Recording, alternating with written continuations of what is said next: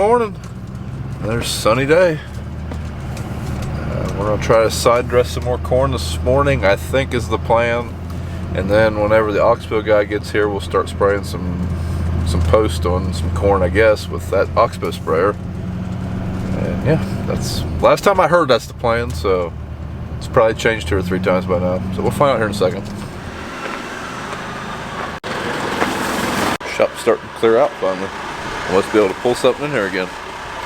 Hey guys, change of plans. I'm actually going to come over here to this one field that's been too wet and try to plant it.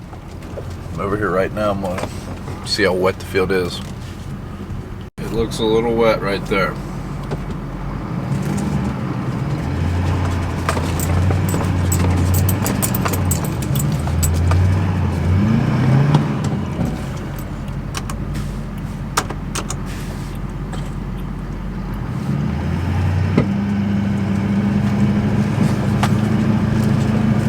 Pretty wet right through here.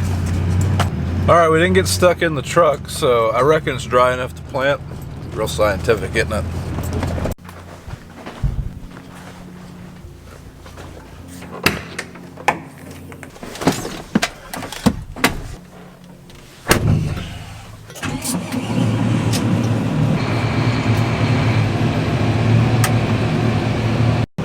Alright, let's see if we can get through here without getting stuck.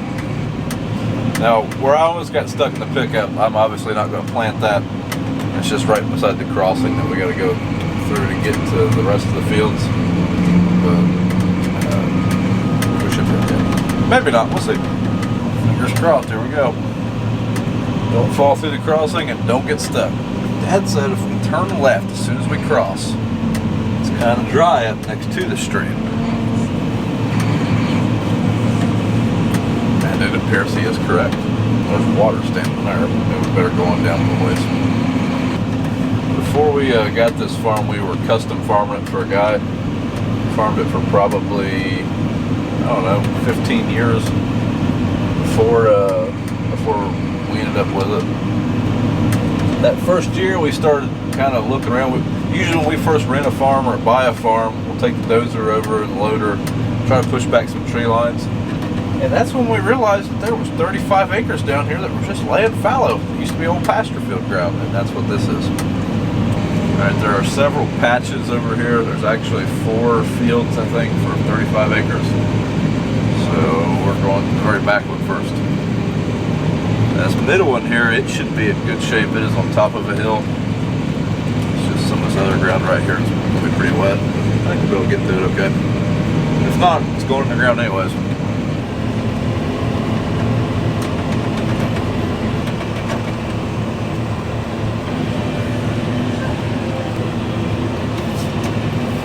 There's the field. It's not a very big field. Back up the hill we go. Field wasn't too bad. We definitely weren't making any dust. We didn't track it up too bad, but it's wet. Like I say, this one on top, it should be pretty good shape. Is it too much to ask to just have one pleasurable afternoon planting? We've got a section not planted. Okay, looks like a chain just jumped, so luckily we can fix that. Looks like that shaft slid out just a little bit, so I'm gonna tap it back the right direction. Hopefully we don't have a bearing out. One of those bearings that we had to replace a few videos back, because I don't think I have one with me. Gotta loosen up this tensioner right here. Take tension off this chain so we can get it back onto the sprocket. And like I say, hopefully we don't have a bearing out.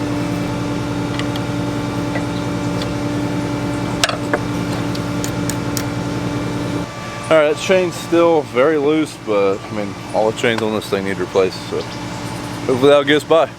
No dice. Remain calm. Breathe. Yeah, Dad's gonna bring some chain. We did buy extra chain when we replaced the last one, but I don't know if that chain just wore out or what, but it popped off in the first 40, 50 feet. I was actually just getting ready to tell you guys that it worked, and it was fine. Then this happened. Well, I got the new chain on. Let's see if this cures the problem. Well, it might be fixed. It still doesn't seem like it's planting all that well to me, that section, but it is planting. And yes, I'm ready to get rid of this planter. Unfortunately, they cost a lot of money. So if any of you guys would like to give me a Christmas present, I would take a new splitter planter, 40-foot preferably. Thanks. Guys, that's the end of bean planting for a day. Ended up getting all those fields planted in there okay. Had no more issues. Everything went pretty smooth. Sarcasm, 100% sarcasm. We planted 6 acres today. We got a bearing out on that shaft apparently because as soon as Dad got back to the farm and in the sprayer, it quit off. You know, just, that seems to be how things go. I mean. But anyways, I'm folding it up. I'm taking it back to the barn. I don't have the parts with me. They are in my truck to fix it. And I don't think it's going to be a fun one to fix. So that's it.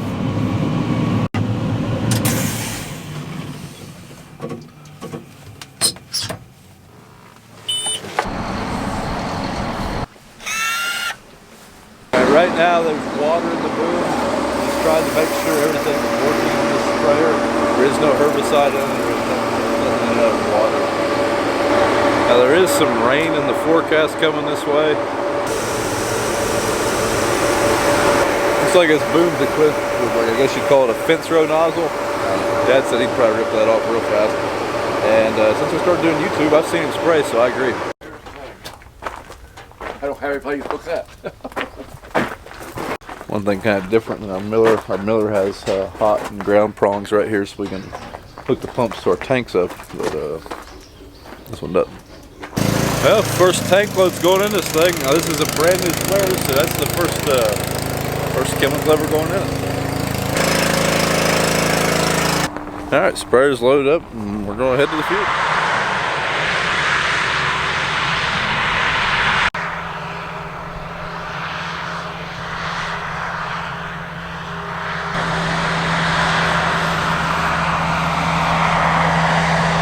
Now, if you can't tell, this sprayer is very similar to the Miller sprayer that we have.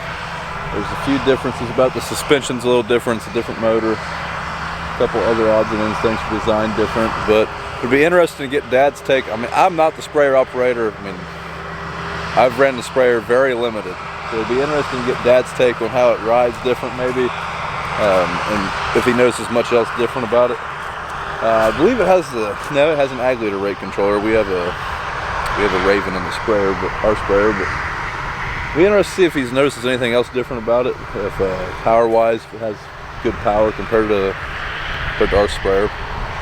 One thing I know it's going to be different for him. That is a 120-foot boom. Our sprayer is a 100-foot boom, so I'm sure that's throwing him off trying to turn into 120-foot versus 100-foot.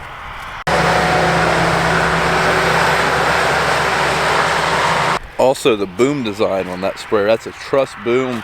On our Miller, it's not a truss boom, so it tends to bounce around more. Just looking at it, that one doesn't seem to be doing that, but I mean, I'm not in the cab, so.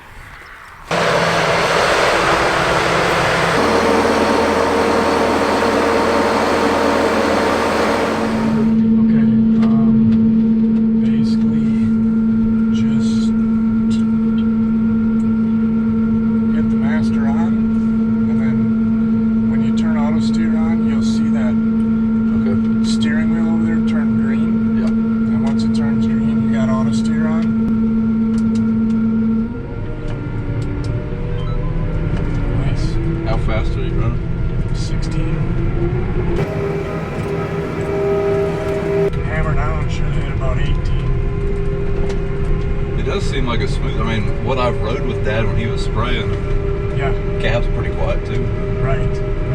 The big block engine, we like it. We don't need to scream it at 2,600 RPMs like the Cummins do. These will run at, I think right there it shows we're running 1,700 RPMs, so we just don't need to go so fast, which is nice. What's this screen up here show? Like this doesn't look like an ag leader or anything. Chassis. Okay. Yep. So this would be standard in whatever rate controller you ordered. Yes. Like this? Yeah. That's a nice plumbing screen. Shows which valves are open, Okay. So our sump valve is open, our agitation valve is open, the pump is green because it's on, and then it shows all 9 sections. Yeah, did you say it was the last pass? Okay. That's what it is.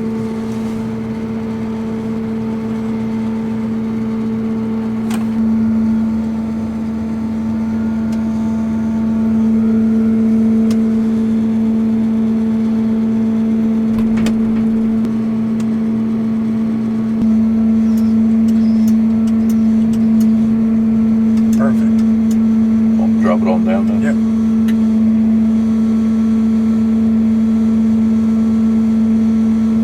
Perfect. So easy a YouTuber can do it. But we're going to take that back to the shed and put some corn herbicide in it. Dad just wanted to run it in beans. Well, for one thing, we had a field that had some grass growing in it pretty bad. We also wanted to make sure we were calibrating in the bean field and not in a cornfield running over corn. Well, it's starting to rain, so that's good. But I guess that sprayer is going to be here for 3 or 4 days, so we'll get to spray some with it at some point. And I think Dad's going to spend the whole day in it, first chance he gets. But that's probably it for now. Well, guys, that's it for the video. But I did want to let you know what's going on with the Oxbow. It's going to be here for a few days, like I said. Dad's going to get a spray with it, put some hours on it. So I'm thinking that when our time with the Oxbow comes to an end, I'll make a dedicated video on the sprayer. When Andrew comes back, the guy from Oxbow, we'll do an overview of it, talk about some of the unique characteristics of it, and then I'll get Dad's opinion on the sprayer after he has enough time to really form a pretty good opinion on it versus his Miller. So, but yeah, that's it for the video. Thanks for watching. Follow us on Instagram and Twitter at Brian's Farm Videos, and Facebook at Brown Farms, and we'll see you in the next video.